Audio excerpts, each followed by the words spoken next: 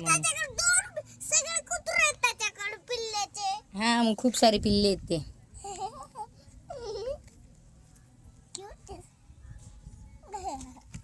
Mamma तर लय चावतो. चावतं ते. तुला चावलं का ते? नाही, हे मी खेळ घालते त्याला.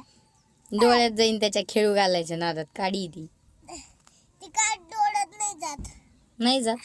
आता खाईल माझं बोट. नसतं खात ते बोट. तू तोंडात दिलं तरच बोट खात असतं ते. चला आता हँडवॉश करायचं आणि जायचं. चला जायचं ना.